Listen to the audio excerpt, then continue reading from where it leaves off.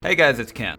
Gyromancer is a 2009 puzzle combat game made by PopCap, who previously brought you Foxy Poker and a bunch of games you've never heard of.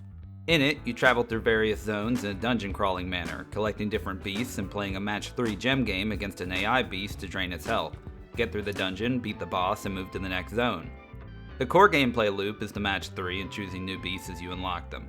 And it kinda sucks. Its key difference from the other match 3 games is that you spin 4 gems clockwise instead of swapping 2.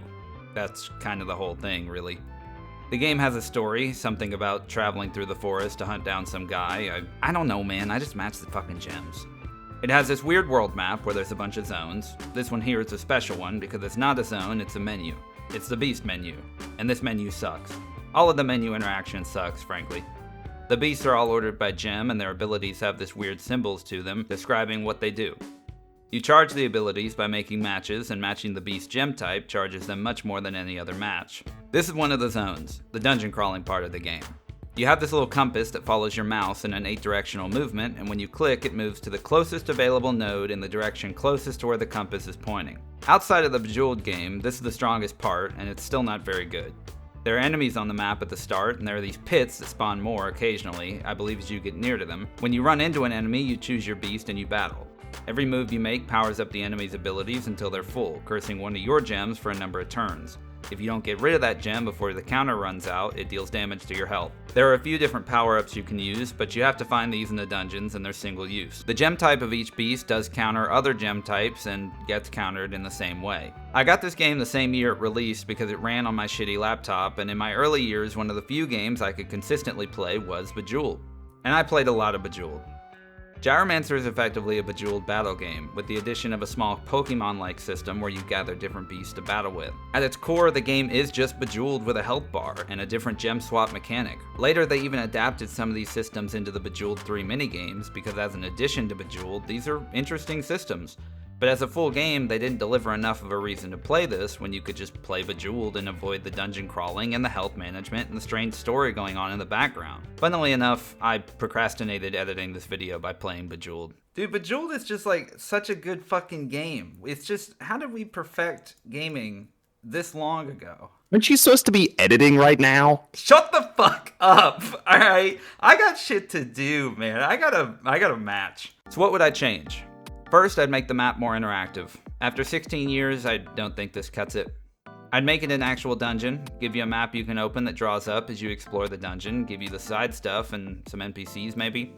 Focus on more in-depth zones rather than just larger zones of the same thing.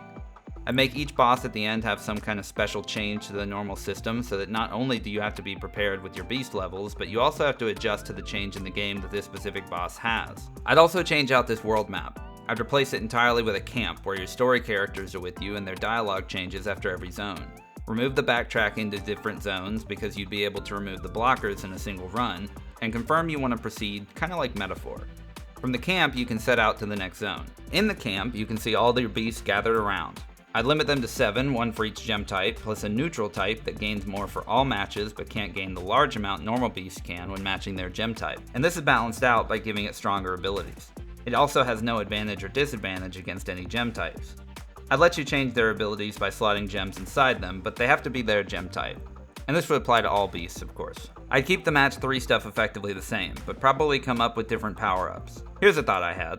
Instead of collecting them all on the map, strong ones are collected, but normal ones can be bought during the match 3 section in exchange for ability power. Finally, these controls fucking suck. The function keys? Really? In a simple game like this, it's just annoying. They at least should have allowed moving with the keyboard to give you a reason to have your hand on it. But here's the question. Could I build it? This game has popped into my brain over and over for most of my life. 16 years. It's a nuisance. I don't even really like it that much, but I do like a challenge. And I think the reason it's always stuck in my mind is because it has potential, and I don't. So to rid it from my mind, I'm gonna try and build this better version. A demo version of the better version. That won't take too much time. Like, I don't know, 8 hours. So this Saturday, March 29th, I will be hosting an 8-hour stream where I try to build as much of this idealized Gyromancer as I can from scratch. I might have some art made already, I don't know. I don't know how much art I can get in that time, so I might make some stuff beforehand. But none of the code, none of the in-editor stuff. That's gotta be in the time frame. These are my restraints that don't really matter at all. So come watch as the clock runs down and my anxiety raises, and if you hang around long enough, you'll get added to the credits. If there's enough to actually play, I'll put it up somewhere free and you can make fun of it. So join me at twitch.tv/The Myth of Ken this Saturday, March 29th, noon to 8 CST. And if that's already happened, check out this video where I go over what I made, assuming I've made that video already. Bye! Okay, you got that? What kind of voice do you want? Give me a couple takes here. What's my line? Aren't you supposed to be editing right now? All right, let me write that down. Aren't you supposed to be editing right now? I could get like closer to the mic. I could be like, Aren't you supposed to be editing right now? like, that's kind of what I'm feeling here. Aren't you supposed to be editing right now? I could oh man, if I could find something to like get like stopped up with, I could do the lowest voice. Aren't you supposed to be editing right now, Peter? Oh my god.